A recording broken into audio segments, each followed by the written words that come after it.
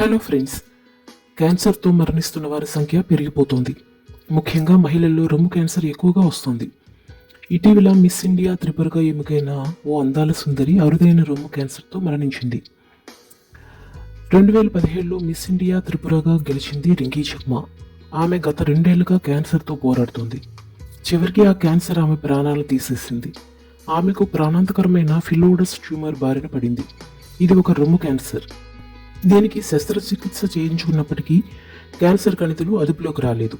రొమ్ము నుంచి ఊపిరితిత్తులకు క్యాన్సర్ వ్యాపించింది. అక్కడి నుంచి మెదడుకు వ్యాపించి బ్రెయిన్ ట్యూమర్ ఏర్పడింది. దీంతో ఆమె 28 ఏళ్ల వయసులోనే మరణించింది. రింకీ చక్మా ప్రాణాలు తీసిన రొమ్ము క్యాన్సర్ ఫిలోడస్ ట్యూమర్ గురించి ప్రతి మహిళ తెలుసుకోవాలి. ఎందుకంటే ఈ మధ్యకాలంలో రొమ్ము క్యాన్సర్ బారిన పడుతున్న మహిళల సంఖ్య ఏటా పెరుగుతూ వస్తుంది.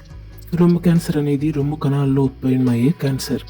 రొమ్ము నాళల్లో లేదా పాలు ఉత్పత్తి అయ్యే గ్రంథుల్లో ఎక్కడైనా కూడా రొమ్ము కణజాలం పెరగవచ్చు. అది కొన్ని రోజులకు రొమ్ము క్యాన్సర్గా మారుతుంది.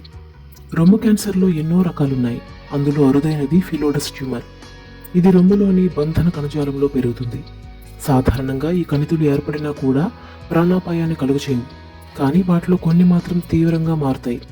ఆ క్యాన్సర్ ఇతర అవయవాలకు సోకి ప్రాణాలను తోడేస్తుంది. రొమ్ము క్యాన్సర్ ఎందుకు వస్తుంది? రొమ్ము క్యాన్సర్ రావడానికి అనేక ప్రమాద కారణాలున్నాయి. వ్యక్తుల వయసు పెరిగే కొద్దీ రొమ్ము క్యాన్సర్ వచ్చే ప్రమాదం కూడా పెరుగుతుంది. అలాగే ఏ మహిళ అయితే అధిక మొత్తంలో ఆల్కహాల్ను తాగుతారో వారికి బ్రెస్ట్ క్యాన్సర్ వచ్చే ప్రమాదం ఎక్కువ. రొమ్ము కణజాలం ఒకే చోట దట్టంగా పేరుకుపోయినా అది క్యాన్సర్గా మారే అవకాశం ఉంది. కాబట్టి మీకు రొమ్ముల్లో ఎక్కడైనా చేతికి గట్టిగా తగిలితే వెంటనే మెమోగ్రామ్ వంటి పరీక్షలు చేయించుకోవడం చాలా అవసరం. రొమ్ము క్యాన్సర్ వారసత్వంగా వస్తుంది. జన్యు ఉత్పరివర్తనాల ద్వారా కూడా ప్రభావితమవుతుంది. ముఖ్యంగా 12 ఏళ్ల వయసులో ఋతుచక్రం మొదలైన ఆడపిల్లల్లో రొమ్ము క్యాన్సర్ వచ్చే ప్రమాదం ఎక్కువగా ఉన్నట్లు అధ్యయనాలు చెబుతున్నాయి. అలాగే 55 ఏళ్లు దాటిన మహిళల్లో మొనోపాజ్ రాకపోతే అలాంటి స్త్రీలకు రొమ్ము క్యాన్సర్ వచ్చే అవకాశం ఉంది. కాబట్టి జాగ్రత్తగా ఉండాలి. క్యాన్సర్ చికిత్స. రొమ్ము క్యాన్సర్ సోకిన వారిలో రేడియేషన్ థెరపీ, కీమోథెరపీ, హార్మోన్ చికిత్సల ద్వారా క్యాన్సర్ను తగ్గించేందుకు ప్రయత్నిస్తారు.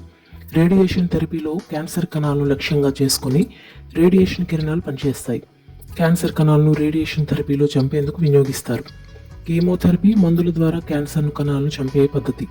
అలాగే హార్మోన్ చికిత్సలో ఈస్ట్రోజెన్, ప్రొజెస్ట్రాన్ అనే 2 స్త్రీ హార్మోన్ల ద్వారా చికిత్స చేసేందుకు ప్రయత్నిస్తారు. వీటితో క్యాన్సర్ అదుపులోకి రాకపోతే క్యాన్సర్ సోకిన రొమ్మును తొలగిస్తారు. ఒక్కసారి క్యాన్సర్ సోకితే జీవితమంతా జాగ్రత్తగా ఉండాల్సిందే. ఎప్పుడైనా అది తిరగబడే అవకాశం ఉంటుంది. అలాగే ఇతర అవయవాలకు సోకే ప్రమాదం కూడా ఉంది.